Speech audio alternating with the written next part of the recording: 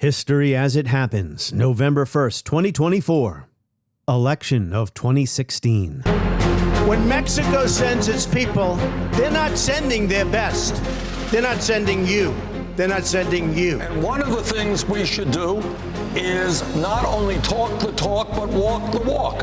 I am very proud to be the only candidate up here who does not have a super PAC, who is not raising you. We are clear-eyed about what our country is up against, but we are not afraid. Lock her up. That's right.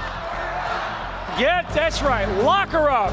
Why won't he release his tax returns? And I think there may be a couple of reasons. First, maybe he's not as rich as he says he is. I did not support the war in Iraq. 2002. That is a mainstream media nonsense put out by her. The presidential election was rocked Friday by news that FBI Director James Comey had sent a letter to congressional leaders announcing that he was reopening the investigation into Hillary Clinton's use of a private email server. Michigan, Pennsylvania, Wisconsin. She is in profound trouble right now in the Electoral College. Donald Trump wins Wisconsin, surpassing the 270 electoral votes. To all Republicans and Democrats and independents across this nation, I say it is time for us to come together as one united people. To this day, it is still hard to believe someone with no political experience took over a major political party and then won a presidential election.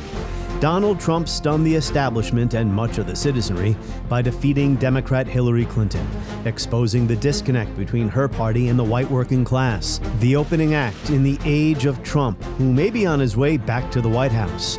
How did it happen? When might it end? That is next as we report history as it happens. I'm Martin DeCaro. And without the outcome of 2016, we would not have the MAGA movement and we would not have Donald Trump today. We might have a different far-right movement, but the far-right movement and the Republican Party have become so much a creature of Donald Trump's personality. June 16th, 2015. Trump Tower, New York City.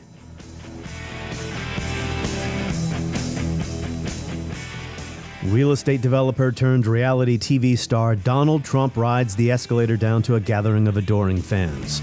And within seconds, he makes clear what Make America Great Again, a slogan once used by Ronald Reagan and Pat Buchanan, would mean in a Trump White House. The U.S.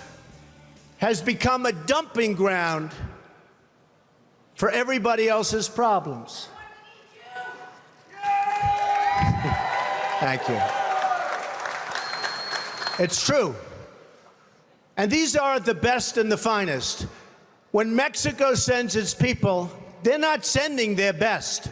They're not sending you. They're not sending you. They're sending people that have lots of problems, and they're bringing those problems with us.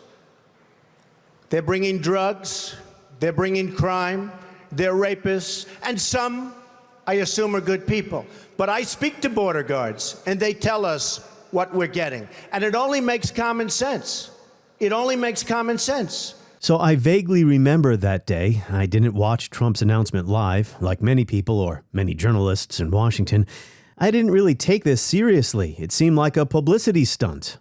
In a year without an obvious Republican frontrunner after 8 years of Democratic control of the White House. Well, as for the Democrats, they did have a frontrunner, former Secretary of State Hillary Clinton. But she would face another bruising primary challenger, someone whose populist message resonated with some of the same voters attracted to Trump, Senator Bernie Sanders. You know, excuse me, I'm talking. Let him sprung. If you're going to talk, tell the whole story, Senator Let Sanders. me tell my story, you tell yours. I will. Your story is for voting for every disastrous trade agreement and voting for corporate America. Did I vote against the Wall Street bailout? When billionaires on Wall Street destroyed this economy, they went to Congress and they said, oh, please, we'll be good boys, bail us out. You know what I said?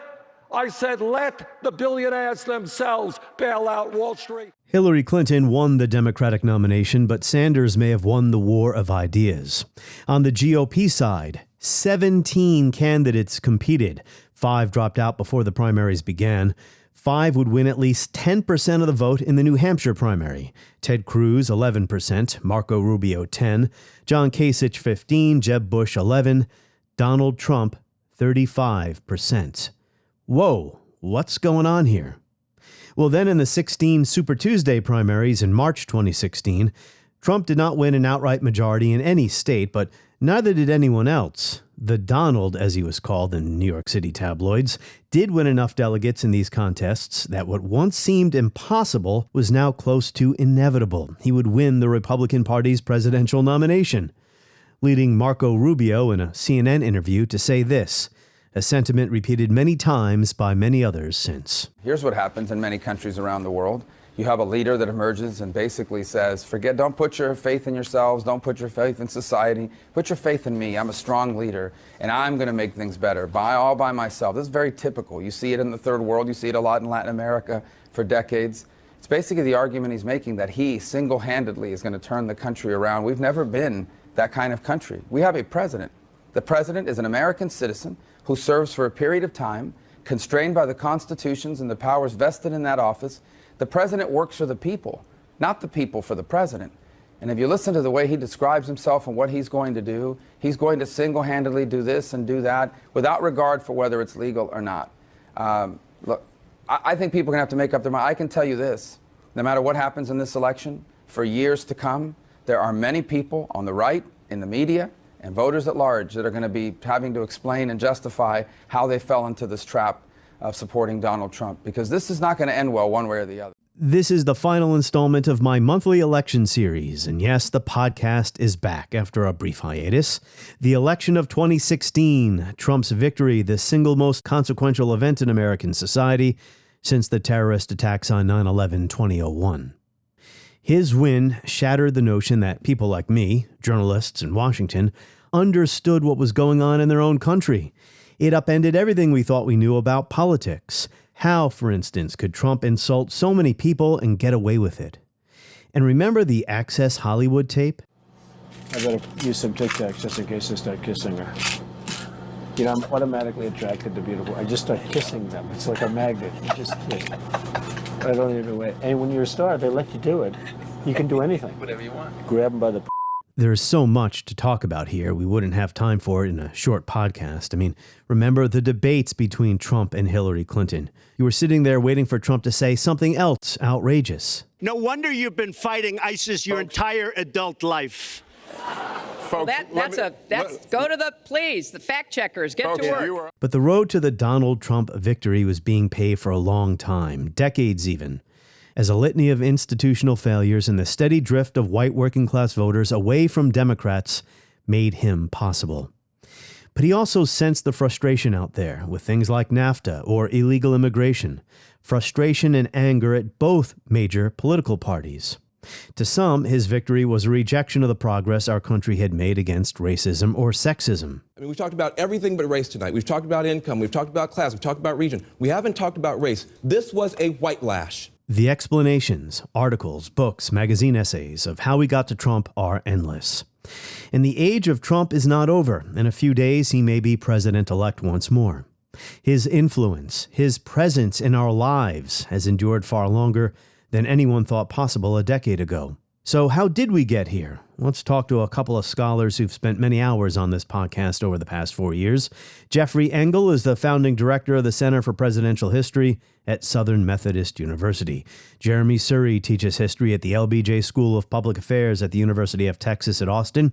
He hosts This Is Democracy podcast, and he writes the Democracy of Hope newsletter on Substack. And that is where you can find my newsletter and every episode of this podcast.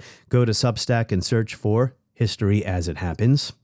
Jeremi Suri, hello again. Welcome back, my friend. Wonderful to be with you, Martin. The second iteration of this podcast. You just keep getting better and better, like fine wine. Jeffrey Engel, hello and welcome back. It's so good to talk to you again. I don't know if the feeling is mutual. I will tell you in about 45 minutes when we're done with it. Both of you guys have been so important to the podcast, so I'm just elated that you're back for the first new episode. I've been running best of episodes, and the most recent one I did was the election of 1980, which happened to be the first in this monthly series on important elections in American history. And we're going to wrap up here a few days before the election of 2024 with the election of 2016. Jeremi, Suri, why does this election still matter? Well, it's the election that gives us Donald Trump. Without 2016 and without the outcome of 2016, we would not have the MAGA movement and we would not have Donald Trump today. We might have a different far-right movement, but the far-right movement and the Republican Party have become so much a creature of Donald Trump's personality. And that all begins in 2015, 2016 with that election. This is undoubtedly going to be referred to as the age of Trump.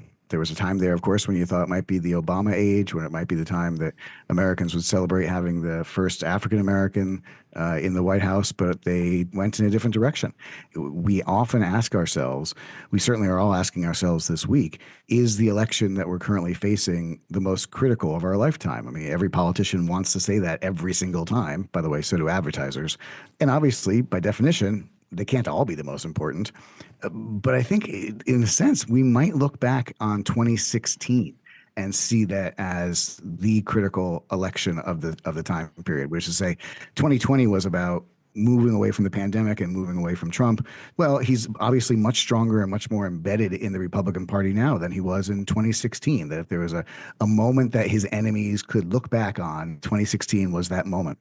I think Jeffrey's absolutely right. I mean, I would also argue that 2016 is the end of the Clinton dynasty as well. And it might have been the age of Clinton if Hillary Clinton had won as most expected at the time. And the end of the Clinton dynasty meant not simply that someone else was president. It meant that a particular kind of democratic politics were on the way out.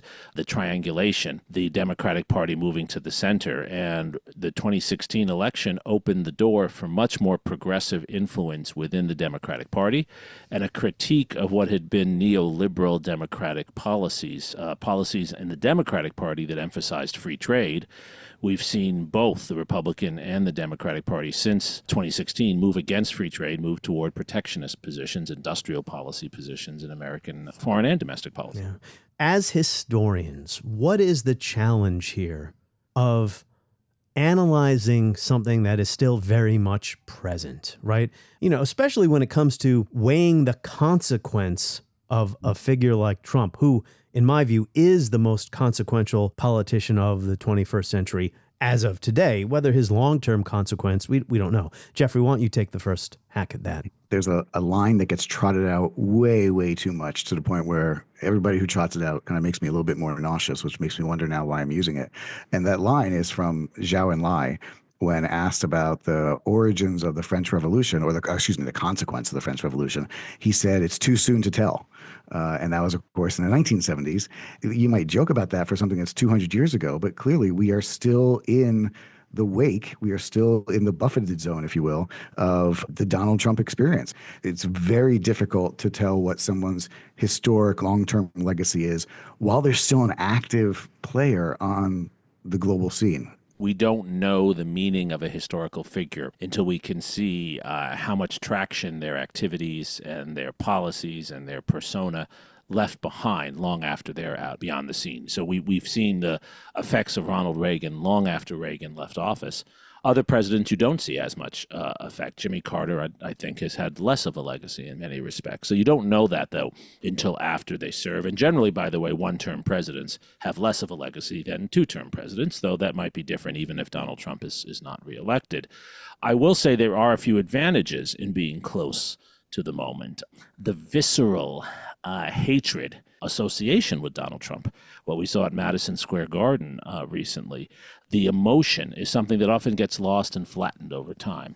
If Donald Trump is not reelected and the country moves in a different direction, these are all big ifs, historians in 20 years might say, well, Trump was just a blip. It wasn't a very serious thing. But those of us who have lived through it know that regardless of what happens in this election and in the coming years, he has been a very serious thing. And regardless of what happens in the outcome is in no way inevitable. It will look inevitable after the fact. People will either say, it was inevitable that Trump was going to be reelected or inevitable that he wouldn't be reelected. And they'll give all those reasons. We are sitting here now less than a week before the election, and all three of us know that this election could go either way. And that might be something that's lost after it's evident who has won. It is an irony that I am hardly the first person to point out that Donald Trump had his latest rally at Madison Square Garden, where, of course, in 1939, the American Nazi Party had a big rally. And when we look back on the 20th century, certain historians, Arthur Schlesinger most famously, was very clear that of all the periods of the 20th century that were divisive, that were ugly, that were bitter, that were angry, the one right before World War II was actually the angriest, he argued. The question of whether or not the United States should engage World War II, should fund the European allies, Britain primarily at that point, or whether the United States should do what Charles Lindbergh and others want to, which was stay more on our side of the hemisphere, if you will. The point being, when we tell that story, we tell it today in a very cold, detached way. There's two sides. Pearl Harbor happened and made the decision for them. I think what we're seeing today is the kind of hatred, the kind of anger, the kind of bitterness that infuse that debate, and that is very difficult for historians to try to tell their students and tell their readers. You guys know how I feel about the whole fascism debate, and I was going to get to it near the end of our conversation, but we can get to it now because it is related to the next issue I wanted to discuss with both of you, and that is in the context of election of 2016, the origins of Trumpism. But yeah, there was an American Nazi rally in 1939. Even then, a fringe of the fringes movement. I've not been looking at that 1939 rally for many parallels to what's going on now. I'm looking at George Wallace's 1968 rally. But even there, right, if you read his speech, I spent some time before we connected here over Zoom to read the text of Wallace's speech.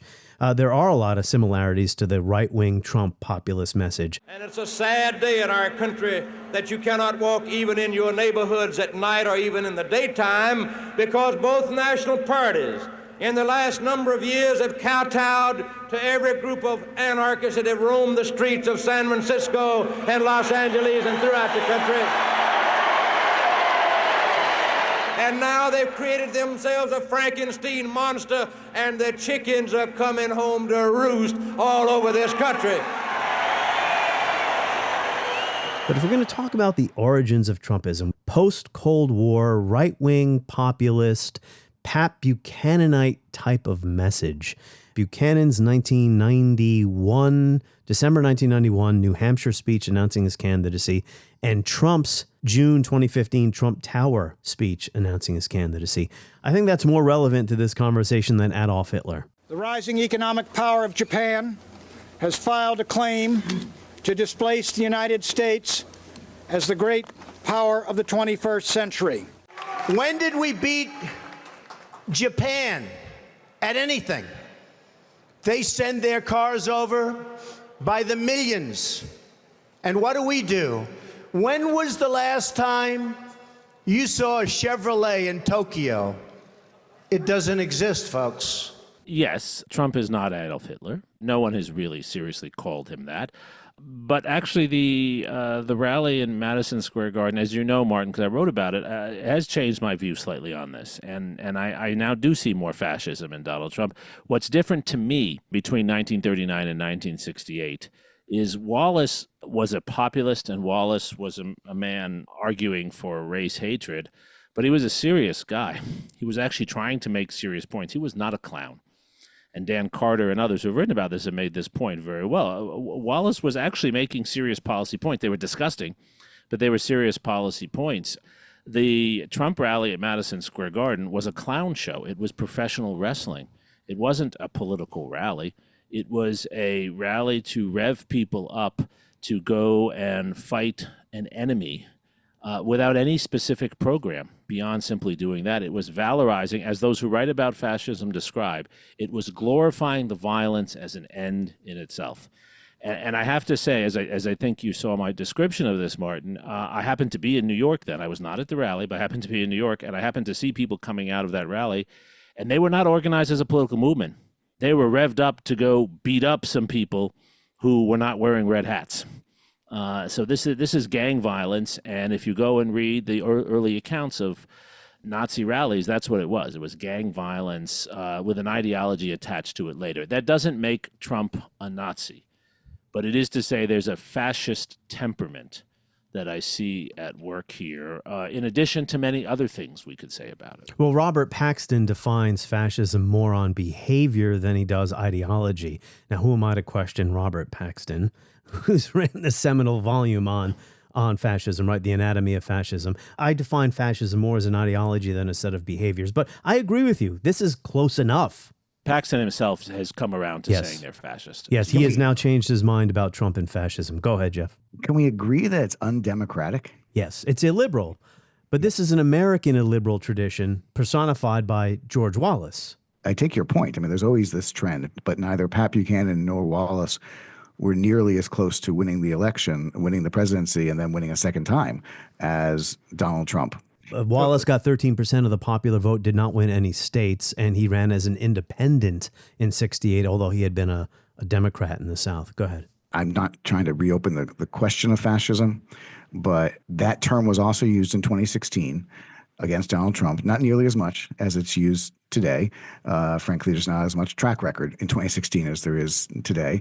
I myself was really disturbed to find myself using the word fascist about 3-4 days before the election in 2016, which is when Trump, who I think thought he was going to lose, really started ramping up the rhetoric that if he lost, it was going to be an illegitimate election, and that if he lost, it was because of voter malfeasance. Now, he won, which meant he didn't talk about that after 2016. He got very upset when people tried to question the legitimacy of the election through the Russia investigation. But my point being that one of the central tenets, one of the actions of a fascist state is denying the legitimacy both of facts and also, in particular, of elections. I think that what we forget, and this comes back to Arthur Schlesinger and the points Jeff has made very well, the America First movement was a major movement in the United States in the 1930s. It's easy to forget that because Franklin Roosevelt was also very popular. And that's actually what reminds me of this moment. We have two sides that have very strongly mobilized publics behind them. They have strong, big bases. Wallace was a niche candidate. He was a regional candidate. Buchanan was a niche of niche candidates. But the America First movement, although it never came close to winning an election, was a nationwide movement. It would go to places like Yale University and Milwaukee, Wisconsin, and places like that, and have large numbers of working people come out, immigrants and others, to support its sometimes fascist-like behavior. And I do think that's an important parallel, and I don't think that's even unique to the 20th century. There is within American society a very strong, violent strain of politics that expresses itself in lynching, expresses itself in vigilantism in all kinds of ways, usually contained, usually not mainstreamed, but it's been there, and it certainly has been given a permission structure, motivation, and encouragement in the last few years. So about the America First movement, since you mentioned it, Jeremy, Charles Lindbergh, when he became a prominent spokesperson for it, it turned off a lot of the original members of that movement who were college students, who were anti-war, like peace activists, if you will, because of Lindbergh's anti-Semitism. In selecting these three groups as the major agitators for war, I have included only those whose support is essential to the war party. If any of these groups, the British, the Jewish, or the administration, stops agitating for war, I believe there will be little danger of our involvement. But this, again, it takes us out of what I view as the correct context to understand Trumpism. And if you listen to his 2015 speech, he talks about, and the debates with Hillary Clinton, bad trade deals. Bernie Sanders made this point as well about how trade deals had hurt the middle class. Your husband signed NAFTA, which was one of the worst things that ever happened to the manufacturing industry. That is your opinion. You go to New England, you go to Ohio, Pennsylvania, you go anywhere you want, Secretary Clinton, and you will see devastation where manufacturing is down 30, 40, sometimes 50%. Secretary Clinton supported virtually every one of these disastrous trade agreements written by corporate America So my point is, I guess every time we go back to interwar Europe or even interwar United States, it just takes us away from what we should be focusing on. But Martin, there's similarities and differences. That's what we do as historians, right? That's what gives us grist for our mill, right? And so there are some differences, and I agree 100% that the trade issues are very different now than they were then. But there are two issues that are the same or have a lot of similarities. The argument for a blood and soil xenophobic America, boy, oh boy, is that the same. And of course, that doesn't originate in the 1930s. And the glorification of violence, male violence, what we today would call toxic masculinity. Those are recurring strains, and those are parallels from that moment to this. And in fact, I see more of that from the 30s than I do from the George Wallace. There are other things that are more similar, as that you pointed out well. And so all of this is a way of saying that history has many roads that lead to the current pathway that we're on. But I think if we want to really focus in on how Donald Trump was able to even win the nomination of a major party in 2016, party realignment. This is something that we've talked about in previous episodes of this series. The drift of white working class voters away from Democrats and changes within the Republican Party. Jeffrey Engel. You know, there's two things which I would focus on. Three things, I guess. The end of the Cold War, I think, and this is a macro argument, removes the barriers, if you will, on American society over what was acceptable conversation, because the Cold War had a way of focusing the mind. Everybody knew, at least in political terms, politicians, that we had a shared enemy, which meant nobody went too far to the right, nobody went too far to the left. Well, when the Cold War is gone, that gets eliminated and people suddenly, have the breakers off. And this allows people on the left and the right to make a more vigorous argument for how they can remake the country in the way they want. And this is really important, first years of the 21st century give a lot of ammunition to people who are discontented with the system, whether it's the Iraq War, worst strategic decision in American history, which leads to an endless sucking of resources and lives from the United States and, of course, Iraq as well. Whether it's the economic crisis of 2008. Deindustrialization going back to the 70s. Yeah, people don't get upset for no reason. And, by the way, the GDP keeps growing during this time. So I think that there's a growing sentiment, which I think Buchanan and subsequently Trump activated, of people saying the country is richer, but I'm not. Bernie Sanders as well, income inequality. Go ahead, Jeff. Yeah. Both sides. And this is where it gets ever so slightly more uncomfortable, because it's easy to talk about jobs. There is also an important element that 2008 gave us the first African-American president. Throughout American history, just as there is a violent streak, there is also a streak of people who, when African Americans break down the color line in some place, whether it's a school, whether it's a neighborhood, whether it's a country club, they tend to burn the place down, metaphorically speaking. They leave. They try to destroy the place. They don't want it anymore. It's sullied.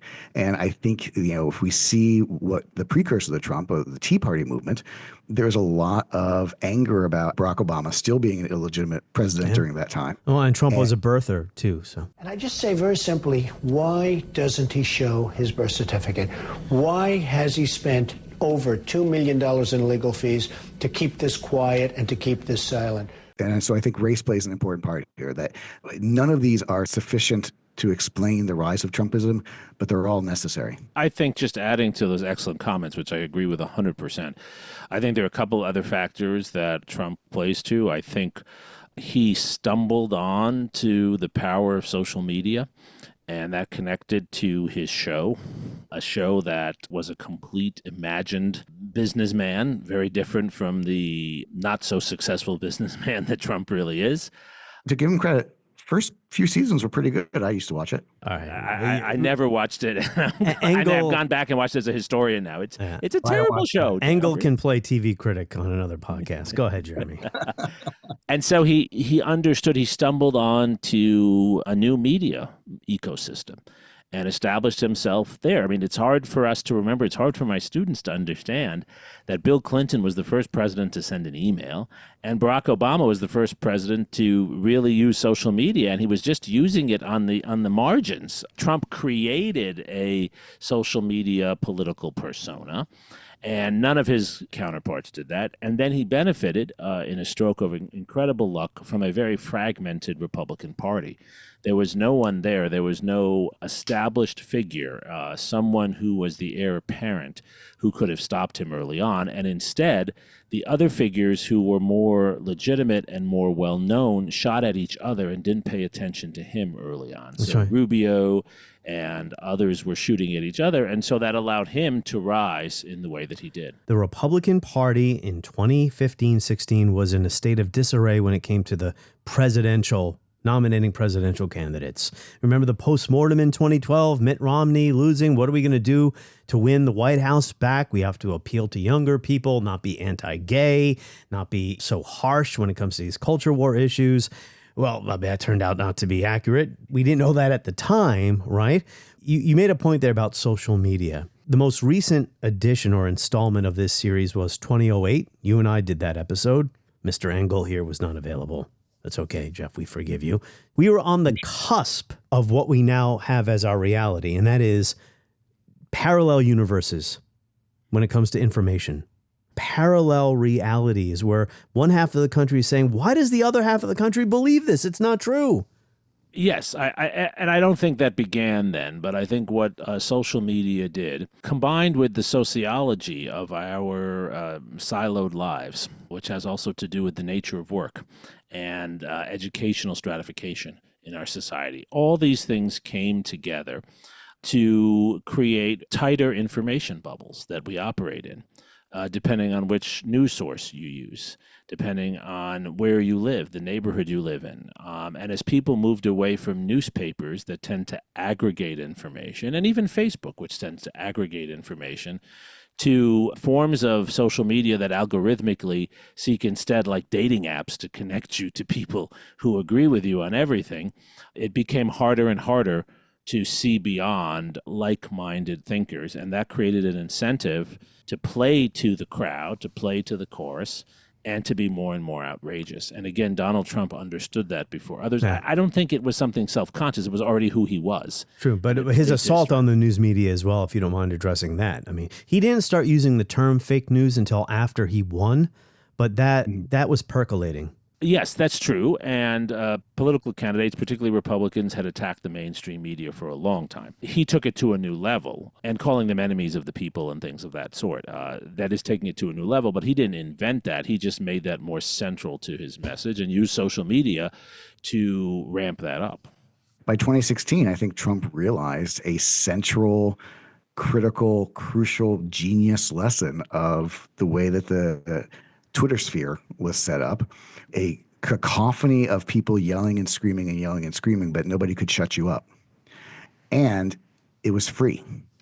So the amount of money that Donald Trump saved compared to other candidates in the past to get his message out, because all he had to do was pick up his phone, tweet something, and then, by the way, it would be amplified by the news media, especially the more outrageous it was, really was an extraordinary benefit to an insurgent trying to take over an established party. Because no one took this seriously. I was laughing at it myself. We thought we were watching the implosion of the Republican Party. George W. Bush said he was worried that he would be the last Republican president. Depends on your definition of Republican, I guess. He might actually. Trump is a Republican. This is what the Republican Party is right now. We've been talking for 32 minutes, have not discussed Hillary and Bernie yet.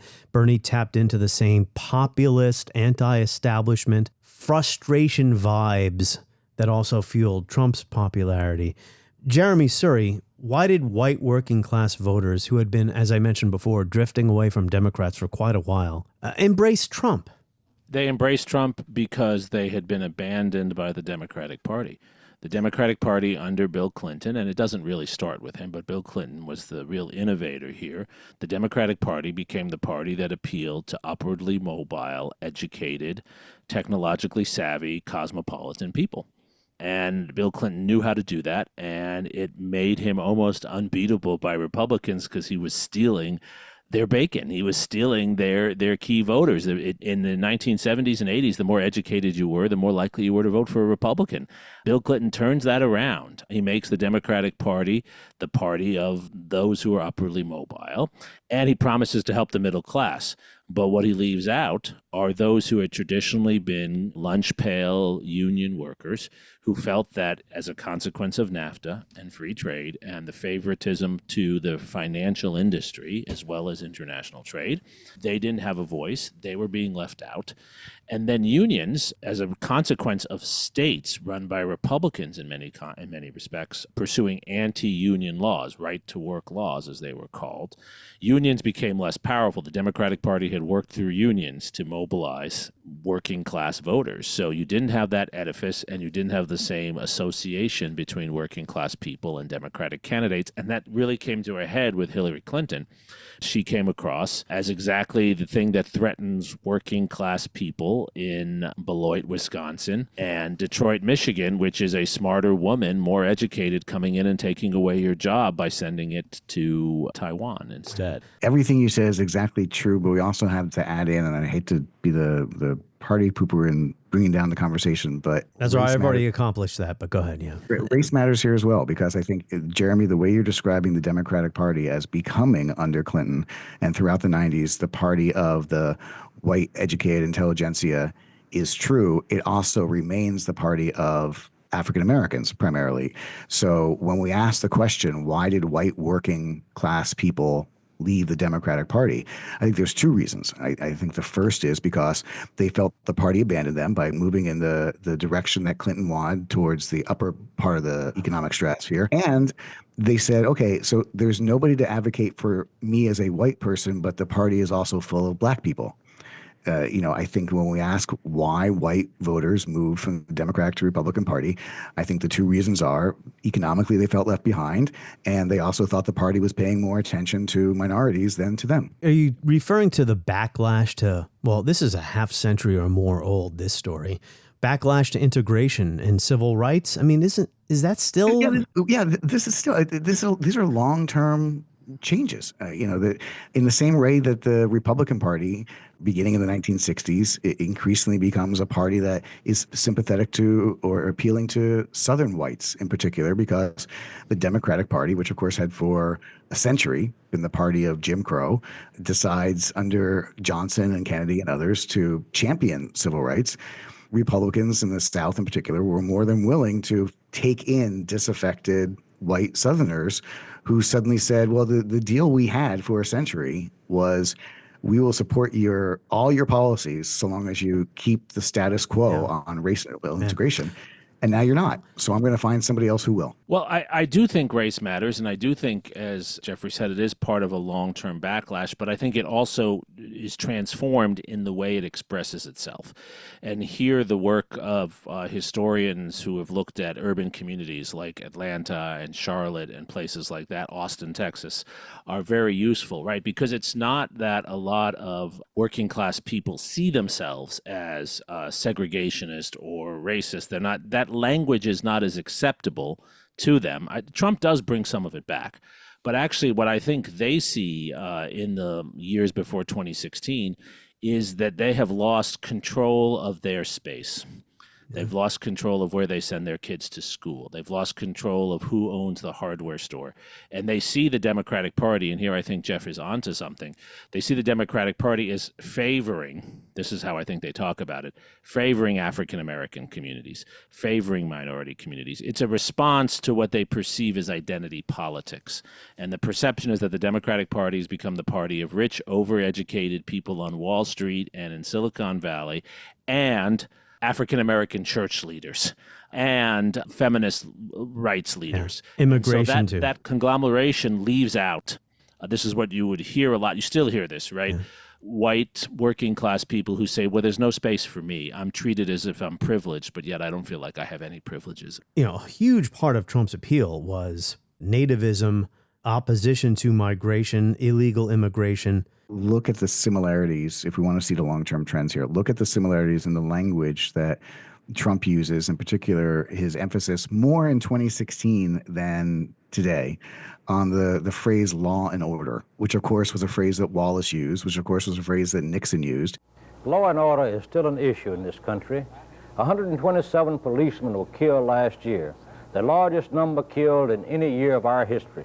There is a conspiracy to assassinate law enforcement personnel in this country.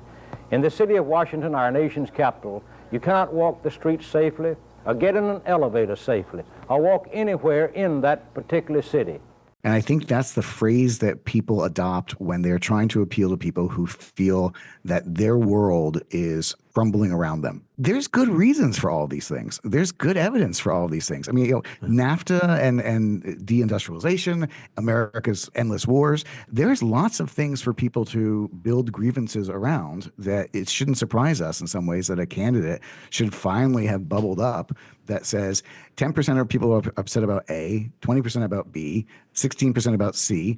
Hey, we put them together and we want to shake up the system, break the system, drain the swamp. Neither Beltway party is going to drain this swamp, because to them it isn't a swamp.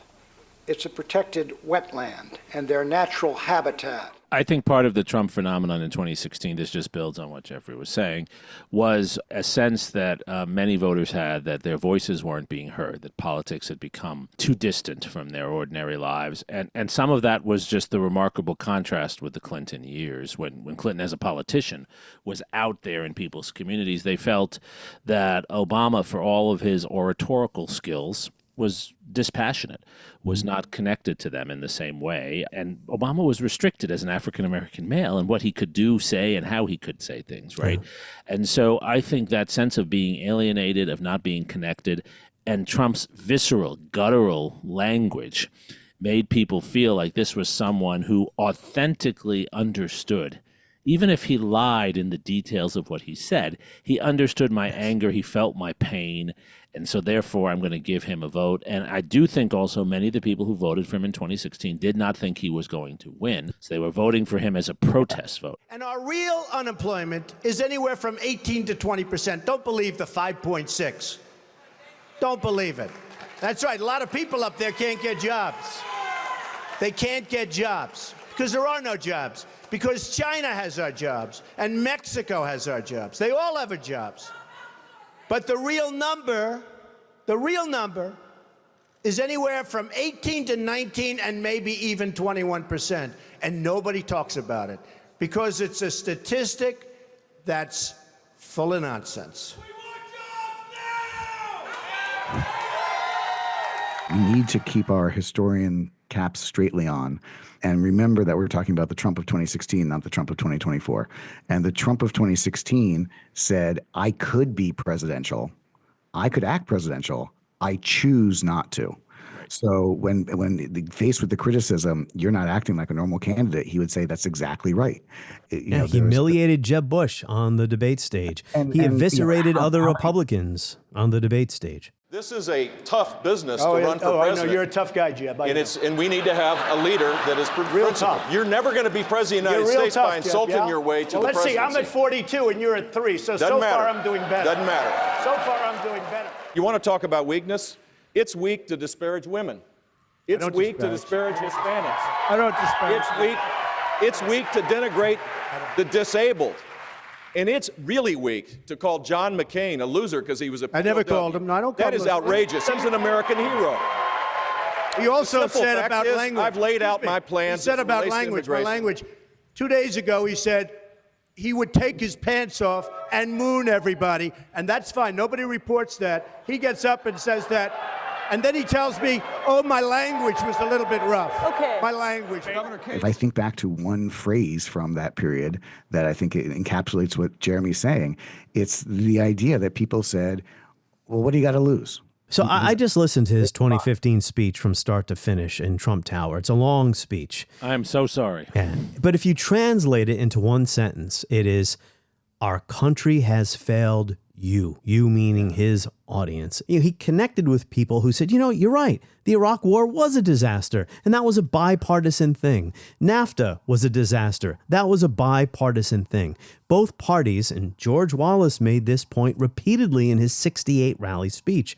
There ain't a dime worth of difference, George Wallace said. 10 cents worth of difference between the two parties. Whether that's right or wrong is immaterial. Trump's basically said the same thing. He started off eviscerating Republicans in 2015, 2016. And so, my friends, it is with humility, determination, and boundless confidence in America's promise that I accept your nomination for President of the United States. So now to the other ticket in this election, Hillary Clinton and Tim Kaine. Hillary Clinton had to survive another bruising primary season against Bernie Sanders, who attacked her from the left. Jeremi, Suri, why was Sanders so effective? So Hillary Clinton had proven herself to be very capable as a policymaker, but she had also proven herself to not be a very good politician. Going back to her comments when her husband was first running for president about her not wanting to be Tammy Wynette standing by her man, right? From that moment on, she is not someone who is able to connect with audiences that in some way share a prejudice against a female leader. She does not deflate that prejudice. She tends to actually make it worse. And that's not her fault necessarily, but there are skills for campaigning that are different from the skills for governing. And what Bernie Sanders exposed was that Hillary Clinton could attain the respect of policy thinkers and policy wonks, but that she did not have populist appeal. She was not someone who moved crowds. She was not someone who was able to persuade people. And Bernie Sanders was able to double down on a traditional Democratic constituency that felt unmoored and felt that she didn't speak to them as much as she proposed policy after policy. She had more policy papers than any candidate, I think, ever to run for president. Details. But that is not what persuades an audience of voters, particularly an audience of uncomfortable, anxious-ridden voters. And Bernie Sanders appealed to that with a very simple message, that we are going to take on the corporate billionaires, the billionaire class, that is enriching itself on your backs. And I will do that. I'm the grumpy guy who can persuade you that I'm willing to do that. He hammered her on the Iraq War vote. He hammered her on Wall Street, the amount of money she received from Wall Street donors, and how she never released the transcripts of her speeches to Wall Street banks. And he nailed her on a few really important issues to progressives. I do not know any progressive who has a super PAC and takes $15 million from Wall Street. That's just not progressive. As I mentioned earlier, the key foreign policy vote of modern American history was the war in Iraq. The progressive community was pretty united in saying, don't listen to Bush, don't go to war. Secretary Clinton voted to go to war. It was a populist moment, and Hillary Clinton did not play that role very well. I mean, she's not a populist. So she's not, and she had an additional burden, which is she's a she. You know, we can't look past the fact that there is a segment of the population that is uncomfortable with voting for a woman. There's a segment of the population that's uncomfortable with strong women. And if we look at her for the general election, but she did beat Sanders by a sizable number of votes. But go ahead, yeah. Since she appeared on the political stage with her husband in the 1970s and then 80s, she was perceived as somebody who was a bit cold, detached, a bit wonkish. To Jeremy's earlier point, she said, I'm not going to bake cookies. And I think what's critical, and I think this is the point to come home on, there's two ways to measure popularity for politicians. You can do the easy way, which is to measure, do you like the person or not? The second way, which I think is actually a little bit more revealing, is asking people, do you dislike this person? And Hillary Clinton, her negatives were actually higher than her positives. That is to say, people really, really liked her, and yet after 20 years of her being villainized in many ways by the right as the epitome of what's wrong with, feminism and what's wrong with America, she had higher negatives. More people disliked her than liked her, and it's really hard to get elected that way.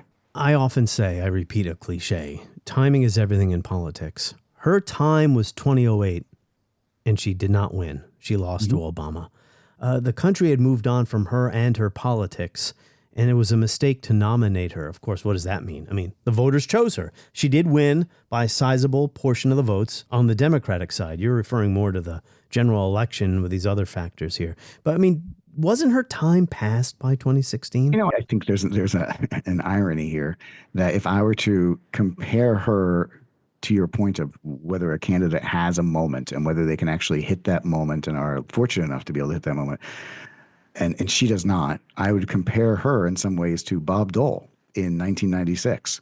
Bob Dole, who, as Bill Clinton was talking about the 21st century and a bridge to the 21st century and the internet's coming on, Bob Dole wasn't using the internet. He was talking about, let's go back to Main Street 1950s. Just tap into my homepage, www.dolecamp96.org. Thank you. God bless America. He had been on top of the Republican Party and basically the next man up, if you will, for a generation. And people finally said, all right, he's built a constituency. Let's give it to him. I think same thing for Hillary by 2016. 2008 was her moment, and she was beaten. I think she was beaten by a better candidate. I don't know that Barack Obama would have been a better president than Hillary Clinton, but he was a really good candidate. In the 2016 campaign, the American public did not know that the FBI was investigating Donald Trump's connections, his campaign's connections with Russian operatives. What we did know about was that the FBI was investigating Hillary Clinton for the emails, and then James Comey had that press conference that many people have chided him for. You're not supposed to do that, announcing why he wouldn't charge Clinton, but he ripped her during the news conference, and then I think reopened the investigation briefly shortly before the election. How did that all factor in here? The FBI investigation of Hillary Clinton's private email server, which she should not have had, and her use of her private email account for government business, which she should not have done, that reinforced the image of her as someone who was privileged and out of touch, someone who felt that the rules didn't apply to her, and it also reinforced the image of her as a dishonest person. And we have to remember in 2016, many people perceiving Clinton and Trump thought that Trump was the more honest of the two, which seems strange now. I didn't know that. But it reinforced that. It reinforced that image. And Comey's exoneration of Clinton from criminal charges actually made it worse, because the way he did it was to say she had done the wrong things, but the law could not be used here. So it reinforced the message that the law was not serving the people, but serving powerful individuals instead, while at the same time condemning her. In this case, given the importance of the matter, I think unusual transparency is in order.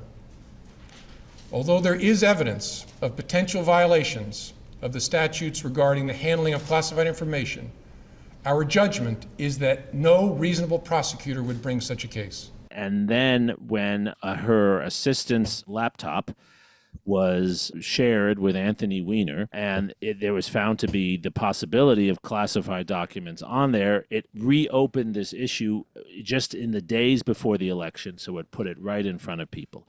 All of that said, we do have to remember she still received about 3 million more votes than Donald Trump. But in particular areas of the country, particularly the swing states of 2024, many of them in 2016, Pennsylvania, Michigan, and Wisconsin, states with large working class and rural populations, this reinforced the worst images of her and the worst prejudices against Hillary Clinton, and it certainly repressed some of her vote in those areas. Yeah.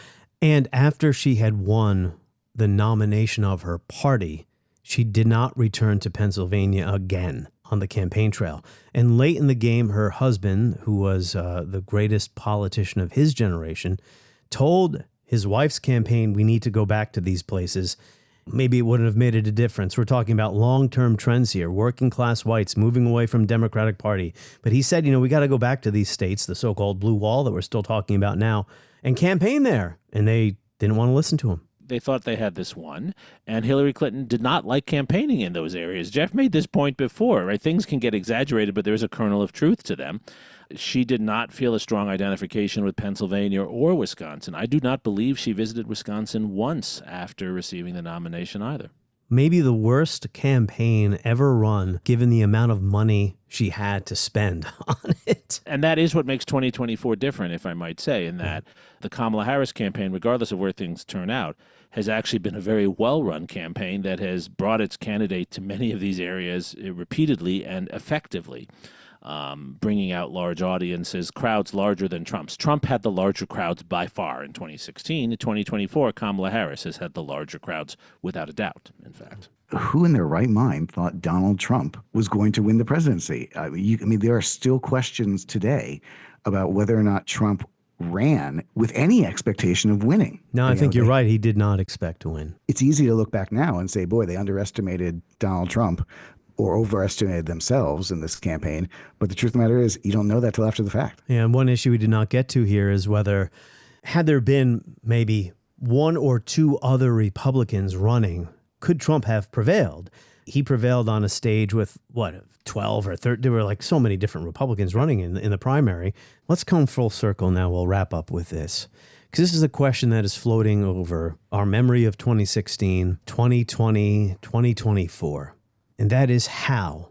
How is it possible? I think we do understand. We've talked about illiberalism and how many Americans are willing to look the other way when it comes to some of these things. But that doesn't quite get us a complete, and maybe we'll never have a complete answer. I think it's important to remember that this is one of those elections, 2016, where if you went into a diner or went into a coffee shop, you were very likely to hear somebody say, I can't believe I have to choose between these two. When we think about elections, the way our system is set up, because we're not a parliamentary system, it is an analog decision. It's either A or B, or is that a digital decision? I don't know. Not necessarily that people are jumping all over themselves in 2016, 2020, or 2024 to vote for Trump. It's that they like the other person less. He is more popular now, however. He's actually more popular now than he's ever been after looking at this the past 8 years. I think it's hard to measure that. It's what Jeff is saying, that it's people are choosing him because they think that he will lower their taxes or whatever else and looking away from other things. But I also think we have to recognize his cruel, lying, clownish pro wrestling behavior has an appeal for many people, particularly for many men. And I think what it is it's entertaining, charging people up who are angry. It expresses their anger. The one thing that is authentic about Donald Trump, other than his love of himself, is his hate of anyone who doesn't love him. And so he hates the people who many other people hate. And there's a kind of communion of hate.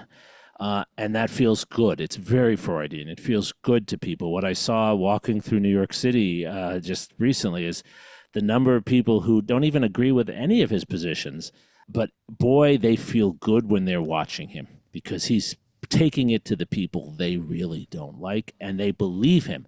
And that's why he's lightning in a bottle. There's no other Republican who authentically hates liberals and authentically hates elites and authentically hates us, all of us on this podcast, in the way he does. Ted Cruz would love us or hate us, depending on what served him in that particular moment. But Trump's visceral cruelty and desire to be cruel toward people like us is exactly what charges people up who feel left out. That's intoxicating. It's demagoguery. I don't call it fascism. I call it demagoguery. George Wallace was a demagogue. Demagogues have a way of tapping into that vein that Professor Suri just described. I think it's important that your listeners know the following. Professor Suri has been wearing a Yankees hat this entire interview. I hate the Yankees, and by the way, am justified in doing so as a real American. So yes, I'm a Mets fan, so you know how I understand how Donald Trump's fury can be understood. I think I've been feeling it for the last hour or so, looking at that. It's funny, and it makes me feel good to know you're feeling that. Donald Trump is going to be our president. We owe him an open mind and the chance to lead. Our constitutional democracy enshrines the peaceful transfer of power. And we don't just respect that, we cherish it. On the next episode of History as It Happens, an Election Day conversation about democracy. The rise of American democracy, progress and regress, liberalism, illiberalism, with historian Sean Wilentz. New episodes every Tuesday and now Friday. New episodes Tuesday and Friday. My weekly newsletter every Friday. Sign up at historyasithappens.com.